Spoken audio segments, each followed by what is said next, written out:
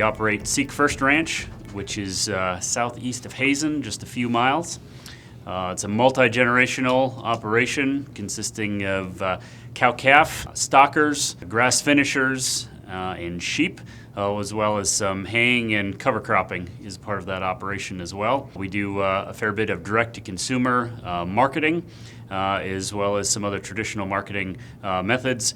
We typically have a focus on soil health, managed through holistic management, and really just try and aim for the vision that we have set, which includes a quality of life for our entire family. Holistic management, to me, starts with a way of thinking. And for us specifically, it was a mindset shift in thinking about things in wholes. And within each whole is basically three components. There's a resource component, and in most cases, those are the resources that we as farmers and ranchers manage.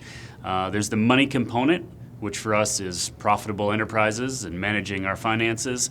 And then the people part, which is family, it's community, it's working towards quality of life. And so the thought model is anytime that there are decisions being contemplated, we're considering all of those things, and we're trying to balance all of those things. There's a variety of reasons why we believe that holistic management or that approach is important. One of those is simply being able to have a work-life balance.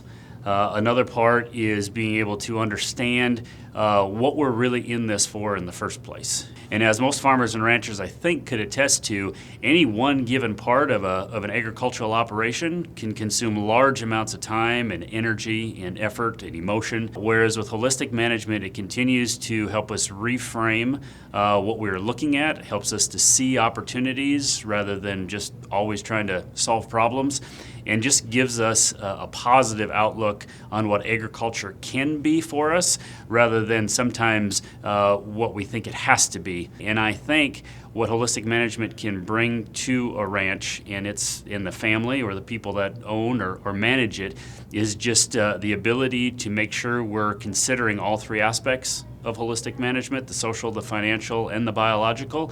Whenever we're making decisions under pressure, we tend to have emotions really wrapped up in how that decision plays out or what decision we make in the first place. It helps us still be human, but allows us to make more objective type decisions in the face of times of lots of stress and lots of emotion. One of the ways that we monitor our landscape is by utilizing the four kind of ecosystem processes that are identified in holistic management. And those four processes are the water cycle, the mineral cycle, diversity or community dynamics, and then energy flow, or basically the process of photosynthesis.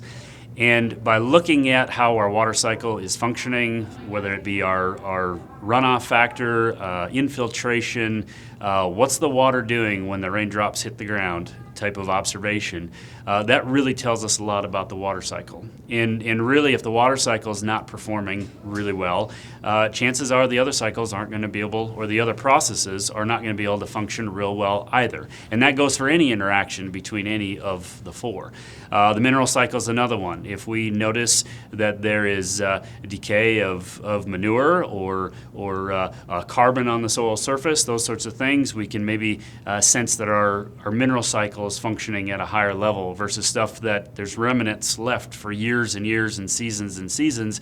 Likewise, if we have a very simplified plant community, whether that be a pasture or just in a cropping type system or a garden or a forest for that matter, if we have a lot of one thing but not much of other things, we're lacking diversity, and honestly our risk is going to be a little bit higher any given year based on conditions. And then lastly, the energy flow or photosynthesis, that's really the bread and butter of all of this. And I think where the soil health principles are rooted in is these four processes functioning at a high level. And when they are functioning at a high level, we have things like resilience, we have health, we have the ability to withstand the peaks and valleys that nature will throw at us in terms of temperature or wind, or whether it's dry or wet or any extremes in those things, we can buffer that as we've built our soils. And the four ecosystem processes are really just each of the lenses that we can look into our ecosystem and determine what needs work and what's thriving.